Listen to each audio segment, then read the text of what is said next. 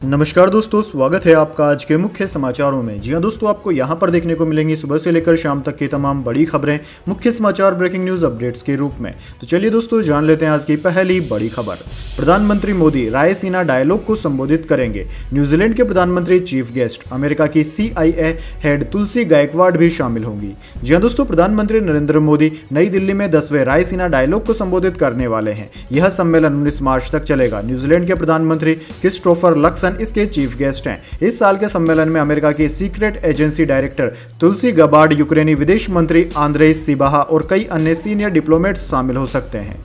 चलिए दोस्तों, जान लेते हैं अगली खबर। खालिस्तानी संगठन SFJ पर एक्शन ले अमेरिका, तुलसी गबार्ड से मुलाकात में बोले राजनाथ सिंह। जी हां दोस्तों, रायसीना डायलॉग में हिस्सा लेने के लिए अमेरिकी खुफिया विभाग की प्रमुख तुलसी गबार्ड दिल्ली पहुंची है। उन्होंने सोमवार को रक्षा मंत्री राजनाथ सिंह से मुलाकात की। राजनाथ सिंह ने तुलसी गबार्ड के साथ बैठक के दौरान प्रतिबंधित खालिस्तानी संगठन सिख फॉर जस्टिस SFJ की भारत विरोधी गतिविधियों का मुद्दा उठाया और उन्होंने आतंकवादी संगठन पर सख्त कार्यवाही करने की अपील की है। चलिए जान लेते हैं अगली खबर। फडणवीस बोले औरंगजेब की तारीफ वाले विचारों को कुचल देंगे। महाराष्ट्र में औरंगजेब की कब्र की सुरक्षा बढ़ी, बजरंग दल VHP की मांगे इसे हटाएं। जी हां दोस्तों, महाराष्ट्र के छत्रपति संभाजी नगर, जो कि पहले औरंगाबाद के नाम से जाना जाता था, वहां पर स्थित औरंगजेब की कब्र हटाने का मामला तूल पकड़ने लगा है। दरअसल दोस्तों, बजरंग दल और विश्व हिंदू परिषद VHP ने महाराष्ट्र सरकार से इसे जल्द से जल्द हटाने की मांग की है। विवाद के बीच कब्र की सुरक्षा बढ़ा दी गई है। विश्व हिंदू परिषद महाराष्ट्र और गोवा के क्षेत्रीय मंत्री गोविंद शिंदे ने औरंगजेब की कब्र को गुलामी का प्रतीक बताया। उन्होंने सोमवार को कहा कि औरंगजेब ने छत्रपति संभाजी महाराज को मारने से पहले 40 दिनों तक यातनाएं दी थी। ऐसे क्रूर शासक का निशान क्यों रखना चाहिए। चलिए दोस्तों, जान लेते हैं अगली खबर। डोनाल्ड ट्रंप ने सोशल मीडिया पर मोदी का पॉडकास्ट शेयर किया। मोदी ने इंटरव्यू में कहा था कि ट्रंप ने मेरे लिए प्रोटोकॉल तोड़े, हमारे बीच अटूट भरोसा है। जी हां दोस्तों, अमेरिकी राष्ट्रपति डोनाल्ड ट्रंप ने सोशल मीडिया पर भारत के प्रधानमंत्री नरेंद्र मोदी का पॉडकास्ट इंटरव्यू शेयर किया। इसके साथ ट्रंप ने कोई कैप्शन नहीं दिया। ये interview American YouTuber Lex Fridman ने लिया था। इसे रविवार को लाइव किया गया। वहीं दोस्तों, इस इंटरव्यू में प्रधानमंत्री मोदी ने ट्रंप की तारीफ की थी। उनसे पूछा गया, आपने हाल ही में अमेरिका का दौरा किया और ट्रंप के साथ अपनी दोस्ती को एक बार फिर मजबूत किया। इस दोस्त और एक नेता के तौर पर आपको डोनाल्ड ट्रंप की क्या बात अच्छी लगती है। इस पर मोदी ने कहा कि ट्रंप और मेरे बीच विश्वास का अटूट रिश्ता है। हम आमने सामने भले ही न मिले, पर हमारा डायरेक्ट और इनडायरेक्ट कनेक्शन होता रहता है। चलिए दोस्तों, जान लेते हैं अगली खबर। गौतम अडानी और राजेश अडानी को बॉम्बे हाईकोर्ट से मिली क्लीन चिट। मार्केट रेगुलेशन उल्लंघन मामले में बरी हुए 388 करोड़ के फ्रॉड का आरोप था। जी हां दोस्तों, बॉम्बे हाईकोर्ट ने सोमवार को अडानी एंटरप्राइजेज लिमिटेड AEL के चेयरमैन गौतम अडानी और मैनेजिंग डायरेक्टर राजेश अडानी को serious fraud investigation office SFIO के एक मामले में बरी कर दिया। इस केस में गौतम और राजेश पर AEL के शेयर की कीमतों में हेरफेर का आरोप लगाया गया था। बार एंड बेंच ने रिपोर्ट में इस बात की जानकारी दी है। चलिए दोस्तों, जान लेते हैं अगली खबर। असुद्दीन ओवैसी बोले वक्फ संशोधन बिल से मस्जिदों पर खतरा, कोई कहे ये मस्जिद नहीं तो जांच होने तक वह हमारी संपत्ति नहीं होगी। जी हां दोस्तों, वक्फ संशोधन बिल के खिलाफ सोमवार को मुस्लिम पर्सनल लॉ बोर्ड ने दिल्ली के जंतर मंतर पर प्रदर्शन किया। इसमें AIMIM प्रमुख असुद्दीन ओवैसी समेत सैकड़ों लोग शामिल हुए। ओवैसी ने कहा कि हम इस बिल का विरोध करते हैं। बिल में प्रावधान है कि कल कोई यह कहता है कि यह मस्जिद नहीं है और कलेक्टर जांच बैठा देते हैं तो जांच पूरी होने तक मस्जिद हमारी संपत्ति नहीं होगी। वक्फ बिल को मौजूदा बजट सत्र में लाया जा सकता है। यह सत्र 4 अप्रैल तक चलेगा। वक्फ विधेयक 2024 का मकसद डिजिटलीकरण, बेहतर ऑडिट, बेहतर पारदर्शिता और अवैध रूप से कब्जे वाली संपत्तियों को वापस लेने के लिए कानूनी सिस्टम में सुधारों को लाकर इसे चुनौतियों को हल करना है। चलिए दोस्तों, जान लेते हैं अगली बड़ी खबर। अमेरिकी कोर्ट की रोक के बावजूद 261 वेनेजुएलाई नागरिक डिपोर्ट किए गए, गैंग मेंबर बताकर जेल भेजा। ट्रंप के अधिकारी बोले आदेश आने तक फ्लाइट्स उड़ चुकी थी। जी हां दोस्तों, अमेरिकी राष्ट्रपति डोनाल्ड ट्रंप ने रविवार को वेनेजुएला के 261 अप्रवासी नागरिकों को अल सल्वाडोर की सुपर मैक्स जेल भेज दिया। अमेरिका ने उन्हें ड्रग्स बेचने वाली गैंग का सदस्य बताते हुए एलियन एनिमी एक्ट के तहत यह कार्यवाही की है। दरअसल दोस्तों, अल सल्वाडोर के राष्ट्रपति नायब बुकेले ने सोशल मीडिया पर बताया कि वेनेजुएलाई गैंग ट्रेन डी आरागुआ के 238 सदस्य और अंतर्राष्ट्रीय गैंग MS-13 के 23 सदस्य रविवार सुबह वहां पहुंचे। एक अमेरिकी कोर्ट की तरफ से इन लोगों को डिपोर्ट किए जाने के आदेश पर रोक लगा दी गई थी। इसके बाद भी अमेरिका ने इन लोगों को डिपोर्ट कर दिया। ट्रंप प्रशासन के अधिकारियों के मुताबिक जब तक कोर्ट का आदेश आया तब तक फ्लाइट उड़ान भर चुकी थी। चलिए दोस्तों जान लेते हैं अगली खबर। कांग्रेस टीएमसी का राज्यसभा से वॉकआउट, डुप्लीकेट वोटर आईडी पर चर्चा नहीं होने से नाराज। कांग्रेस बोली रेलवे वेंटिलेटर पर है, रील बनाने से नहीं सुधरेगा। जी हां दोस्तों, बजट सत्र के दूसरे फेज का सोमवार को चौथा दिन तृणमूल कांग्रेस, टीएमसी, कांग्रेस और लेफ्ट पार्टियों के 10 सांसदों ने मांग की कि सदन की दिन भर की कार्यवाही रोकी जाए और डुप्लीकेट वोटर आईडी पर चर्चा हो। राज्यसभा के उपसभापति हरिवंश ने इससे इनकार कर दिया। इसके विरोध में कांग्रेस, तृणमूल कांग्रेस ने राज्यसभा से वॉकआउट कर दिया। लोकसभा में महाराष्ट्र के कांग्रेस सांसद वर्षा गायकवाड़ ने लोकसभा में रेल मंत्री पर निशाना साधा। उन्होंने कहा कि जब कोई सार्वजनिक उपक्रम वेंटिलेटर पर हो तब इंस्टाग्राम रील बनाने से कुछ नहीं होता, यह सरकार के खराब प्रबंधन का असर है। चलिए दोस्तों जान लेते हैं अगली बड़ी खबर। सीबीआई पर आरोप, कोलकाता दुष्कर्म मर्डर केस की सही जांच नहीं की। सुप्रीम कोर्ट ने पेरेंट्स को कलकत्ता हाईकोर्ट में याचिका दायर करने की परमिशन दी। जी दोस्तों, कोलकाता के आरजीकर अस्पताल में ट्रेनी डॉक्टर से दुष्कर्म और हत्या केस पर सोमवार को सुप्रीम कोर्ट में सुनवाई हुई। चीफ जस्टिस संजीव खन्ना की अगुवाई वाली बेंच ने स्वतः संज्ञान लेते हुए पीड़ित के पेरेंट्स को कलकत्ता हाईकोर्ट में याचिका दायर करने की अनुमति दे दी है। दरअसल दोस्तों, परिवार की मांग है कि इस मामले में सीबीआई ने सही से जांच नहीं की है। याचिका में मुख्य आरोपी संजय रॉय के अलावा अन्य आरोपियों के शामिल होने का पता लगाने के लिए आगे की जांच की मांग की गई है। चलिए दोस्तों जान लेते हैं अगली खबर। भारत पाकिस्तान की क्रिकेट राइवलरी पर बोले प्रधानमंत्री मोदी, खेलों को बदनाम होते नहीं देखना चाहता, बेहतर कौन, इसका जवाब पिछले मैच के नतीजे में है। जी दोस्तों, प्रधानमंत्री नरेंद्र मोदी ने भारत और पाकिस्तान की क्रिकेट राइवलरी पर बात की। उन्होंने रविवार को लेक्स फ्रीडमैन के साथ एक इंटरव्यू में कहा कि मैं कभी खेलों को बदनाम होते नहीं देखना चाहता। भारत पाकिस्तान में कौन सी क्रिकेट टीम बेहतर है, इस सवाल के जवाब में प्रधानमंत्री मोदी ने कहा कि कुछ दिन पहले भारत और पाकिस्तान के बीच एक मुकाबला हुआ था। नतीजे इस बात को बता देते हैं कि कौन सी टीम बेहतर है, इससे हमें पता चलता है कि कौन बेहतर है। चलिए दोस्तों जान लेते हैं अगली खबर। भारत अमेरिका ही नहीं कई देशों के लिए खतरा है इस्लामिक टेररिज्म, पाकिस्तान से आतंकवाद के सवाल पर बोली तुलसी गबार्ड। जी दोस्तों, अमेरिकी की इंटेलिजेंस चीफ तुलसी गबार्ड ने भारत के खिलाफ पाकिस्तानी प्रायोजित आतंकवादी हमलों पर गंभीर चिंता जाहिर की है। उन्होंने इस पर जोर देते हुए कहा कि कट्टरपंथियों का आतंकवाद एक ऐसा खतरा है जिसने न सिर्फ भारत और अमेरिका को प्रभावित किया है बल्कि कई मिडिल ईस्ट देशों को भी प्रभावित किया है। गबार्ड ने नई दिल्ली में भारत के विदेश मंत्री एस जयशंकर से मुलाकात के दौरान यह बातें कही। विदेश मंत्री से मुलाकात के बाद मीडिया से बातचीत में गबार्ड ने कहा कि अमेरिकी राष्ट्रपति डोनाल्ड ट्रंप और भारत के प्रधानमंत्री मोदी इस खतरे का मिलकर मुकाबला करने के लिए काम कर रहे हैं। तुलसी गबार्ड के मुताबिक राष्ट्रपति ट्रंप अपने पहले प्रशासन से ही इस तरह के आतंकवाद के खतरे को खत्म करने के लिए प्रतिबद्ध रहे हैं और यह उनके वर्तमान प्रशासन की भी प्राथमिकता है। चलिए दोस्तों जान लेते हैं अगली खबर। महाकुंभ की सीबीआई जांच कराने वाली याचिका हुई खारिज, हाईकोर्ट की बेंच ने सुनाया फैसला। कोर्ट ने जनहित याचिका को आधारहीन बताया। जी हाँ दोस्तों, महाकुंभ के इंतजामों में खामियां, कमियां, गड़बड़ियों को लेकर सीबीआई जांच कराने की मांग वाली याचिका को इलाहाबाद हाईकोर्ट ने खारिज कर दिया। दरअसल दोस्तों, सोमवार को कोर्ट ने अपना फैसला सुना दिया। यह आदेश मुख्य न्यायमूर्ति अरुण भंसाली एवं न्यायमूर्ति क्षितिज शैलेंद्र की खंडपीठ ने केसर सिंह, योगेंद्र कुमार पांडे व कमलेश सिंह की जनहित याचिका पर सुनवाई के बाद दिया। इससे पहले 11 मार्च को इलाहाबाद हाईकोर्ट ने महाकुंभ में गड़बड़ी की सीबीआई जांच को लेकर दाखिल जनहित याचिका पर दलीलें सुनने के बाद अपना फैसला सुरक्षित रख लिया था। चलिए दोस्तों जान लेते हैं अगली खबर। इफ्तार पार्टी में अखिलेश यादव ने खाया खजूर। लखनऊ में एक मेज पर बैठे सभी धर्मगुरु बोले इफ्तार करने से बढ़ती है मोहब्बत। जी हाँ दोस्तों, लखनऊ में अखिलेश यादव इफ्तार पार्टी में शामिल हुए। इस दौरान उन्होंने धर्मगुरुओं के साथ बैठकर खजूर खाया और रोजेदारों का रोजा खुलवाया। अखिलेश के साथ सपा नेताओं का जमावड़ा लगा है। यह इफ्तार पार्टी फकरुल हसन चांद के द्वारा आयोजित की गई थी। दरअसल दोस्तों, इफ्तार पार्टी में इस्लामिक सेंटर ऑफ इंडिया के प्रवक्ता मौलाना सूफियान निजामी, सपा नेता अरविंद सिंह, विधायक अरमान खान, प्रवक्ता जूही सिंह भी शामिल हुई। चलिए दोस्तों जान लेते हैं अगली खबर। हरियाणा में पहली बार 2 लाख करोड़ से ज्यादा का बजट, महिलाओं को 2100 रुपए, खिलाड़ियों विधायकों को 5-5 करोड़, 50 लाख नौकरी, शहरों में मल्टी लेवल पार्किंग बनेगी। जी हाँ दोस्तों, हरियाणा के सीएम नायब सिंह सैनी ने सोमवार को राज्य के इतिहास में पहली बार 2,05,017 करोड़ का बजट पेश किया। प्रदेश में अब तक का यह सबसे बड़ा बजट है।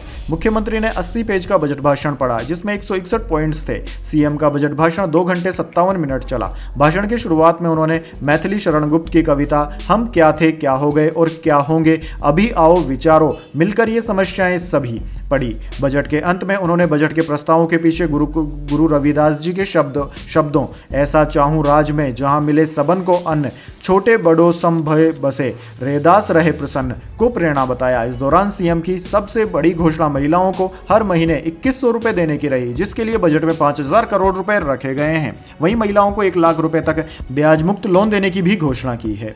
चलिए दोस्तों जान लेते हैं अगली बड़ी खबर। ओडिशा का बुध दूसरे दिन सबसे गर्म 43.6 डिग्री टेम्परेचर, 7 जिलों में पारा 40 डिग्री के ऊपर। हिमाचल में अगले 4 दिन बारिश का दौर। जी हां दोस्तों, मौसम विज्ञान विभाग ने ओडिशा में सोमवार को भीषण गर्मी का रेड अलर्ट जारी किया।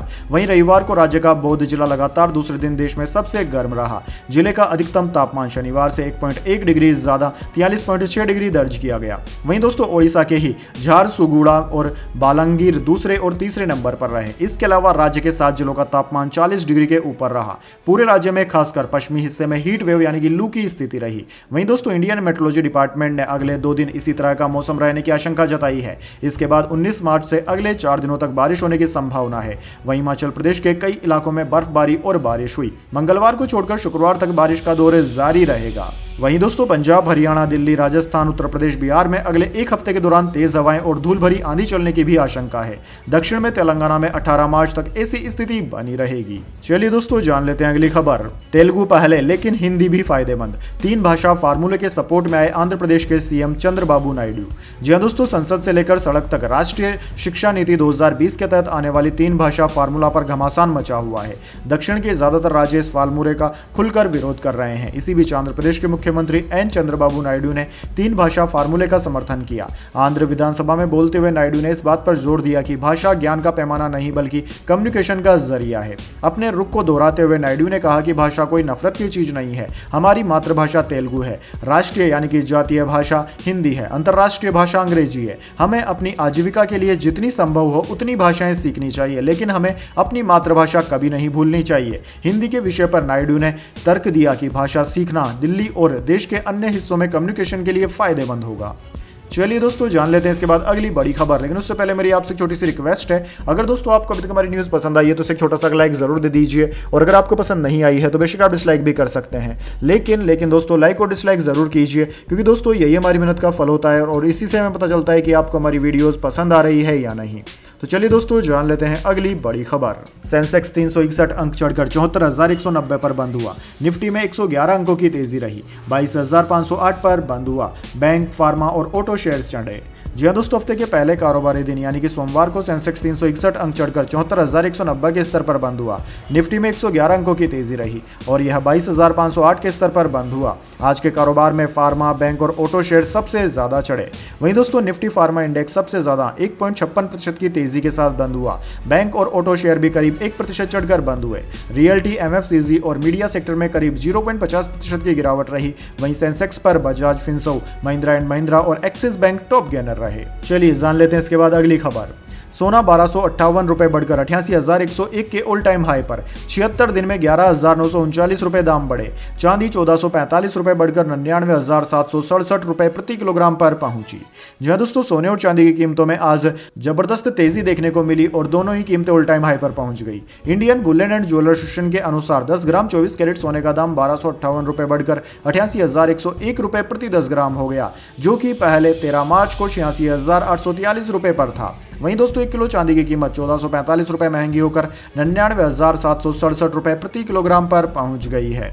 दोस्तों बात करें 22 कैरेट और 18 कैरेट सोने की, तो दोस्तों 22 कैरेट 10 ग्राम सोने की कीमत 80,701 रुपए है, जबकि 18 कैरेट सोने की कीमत 66,076 रुपए प्रति 10 ग्राम है। चलिए दोस्तों जान लेते हैं अगली खबर। हिमाचल प्रदेश बजट, लड़कियों को 1500 रुपए, कर्मचारियों पेंशनर्स को डीए बढ़ाया। 1.25 लाख अस्थायी कर्मचारियों का मानदेय बढ़ा। 25,000 नौकरियां। जी हां दोस्तों, हिमाचल के सीएम सुखविंदर सिंह सुक्खू ने सोमवार को बतौर वित्त मंत्री प्रदेश की कांग्रेस सरकार का तीसरा बजट पेश किया। कुल 58,514 करोड़ का बजट पेश किया गया, जो पिछली बार से 70 करोड़ ज्यादा है। सीएम ने 2 घंटे 55 मिनट तक भाषण भी पढ़ा। यह बजट ग्रामीण अर्थव्यवस्था और समाज के कमजोर तबके पर केंद्रित है। सीएम सुक्खू ने सरकारी विभागों में नाम मात्र मानदेय पर काम कर रहे 1.25 लाख से ज्यादा अस्थायी कर्मचारियों का मानदेय बढ़ाया। 40,000 से ज्यादा आउटसोर्स कर्मचारियों का न्यूनतम मानदेय भी बढ़ाकर 12,750 रुपए कर दिया है।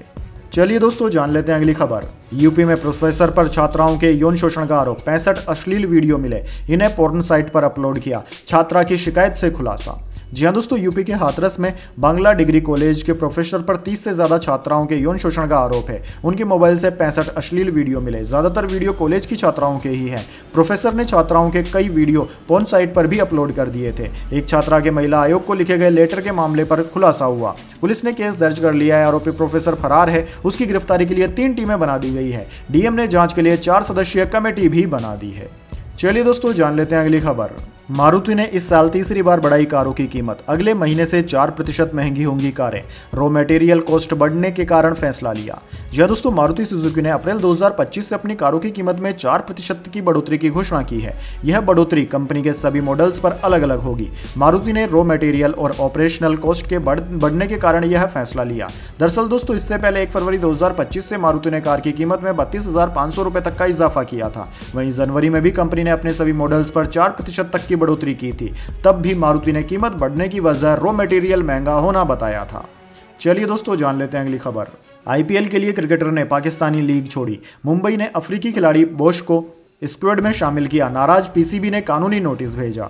जी हां दोस्तों, साउथ अफ्रीकी ऑलराउंडर कॉर्बिन बोश ने इंडियन प्रीमियर लीग यानी कि आईपीएल खेलने के लिए पाकिस्तान की सुपर लीग छोड़ने का फैसला किया है। उन्हें मुंबई इंडियन ने इस सीजन के लिए अपने स्क्वाड में शामिल किया है। दरअसल दोस्तों, बोश के फैसले से नाराज पाकिस्तान क्रिकेट बोर्ड पीसीबी ने उन्हें कानूनी नोटिस भेज दिया है। कॉर्बिन पर कॉन्ट्रैक्ट नियमों के उल्लंघन का आरोप है। पीसीबी ने कॉर्बिन से कहा कि वे अपने फैसले पर जवाब दें। चलिए दोस्तों जान लेते हैं अगली बड़ी खबर। बॉलीवुड इन्फ्लुएंसर ओरी पर कटरा में शराब पीने का लगा आरोप। वैष्णो देवी मंदिर के पास होटल में पार्टी का वीडियो सामने आया, 7 पर केस दर्ज हुआ। जी हां दोस्तों, ओरहान अवतरामणि उर्फ ओरी के खिलाफ जम्मू कश्मीर में शिकायत दर्ज हुई है। आरोप है कि वो 8 साथियों के साथ कटरा के एक होटल में शराब पीते पकड़े गए हैं। ये घटना जिस जगह की है वो एरिया माता वैष्णो देवी मंदिर के पास है, जहां शराब का सेवन करने पर प्रतिबंध लगा हुआ है।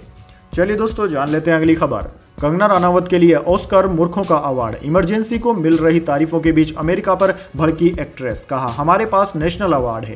जी हां दोस्तों, कंगना रनावत की फिल्म इमरजेंसी 17 जनवरी को सिनेमाघरों में रिलीज हुई थी। फिल्म बॉक्स ऑफिस पर तो कोई खास कमाल नहीं दिखा सकी। हालांकि ओटीटी प्लेटफॉर्म नेटफ्लिक्स पर आने के बाद इसे जमकर सराहना मिल रही है। कई लोगों का कहना है कि फिल्म इतनी बेहतरीन है कि इसे ऑस्कर में भेजा जाना चाहिए। इसके जवाब में कंगना रनावत ने अमेरिका पर भड़कते हुए ऑस्कर को मूर्खों का अवार्ड कह दिया। कंगना रनावत ने फिल्म इमरजेंसी को मिल रही तारीफों की स्क्रीनशॉट अपने इंस्टाग्राम के स्टोरी सेक्शन में भी पोस्ट किए। एक यूजर ने लिखा था कि इमरजेंसी को भारत की तरफ से ऑस्कर जाना चाहिए, क्या फिल्म है टीम कंगना। वैसे दोस्तों, इस फिल्म के बारे में आपके क्या विचार है, कमेंट बॉक्स में जरूर दीजिए। चलिए जान लेते हैं अगली बड़ी खबर।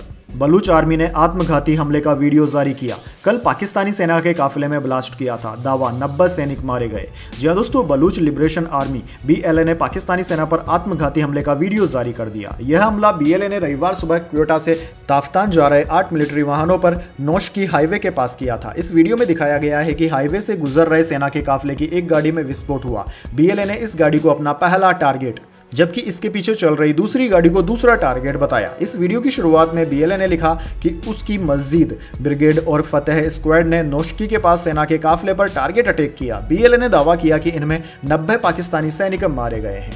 चलिए दोस्तों जान लेते हैं इसके बाद अगली बड़ी खबर। तेलंगाना में ओबीसी आरक्षण 23% से बढ़कर 42% हुआ। सीएम रेवंत ने किया ऐलान। कांग्रेस ने 2023 विधानसभा चुनाव से पहले वादा किया था।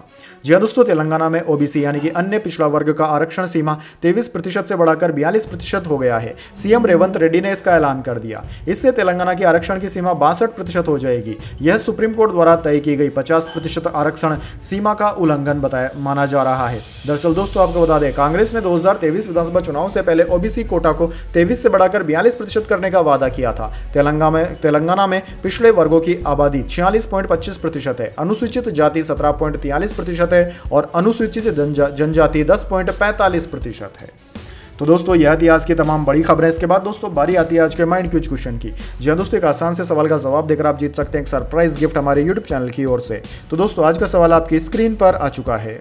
भारत का अंतिम चक्रवर्ती सम्राट कौन था? जी हां दोस्तों, अगर आप जानते हैं भारत के अंतिम चक्रवर्ती सम्राट का नाम, तो जल्दी से उनका नाम कमेंट बॉक्स में लिख दीजिए। अगर दोस्तों आपका जवाब होता है एकदम सही और ऑप्शन जाते हैं लकी विजेता के रूप में, तो आपको मिल सकता है एक सरप्राइज गिफ्ट हमारे यूट्यूब चैनल की ओर से। तो दोस्तों जल्दी से अपना उत्तर कमेंट बॉक्स में लिख दीजिए, वीडियो को लाइक कर लीजिए और चैनल को सब्सक्राइब करके बेल आइकन भी दबा लीजिए। धन्यवाद। वंदे मातरम। जय हिंद, जय भारत।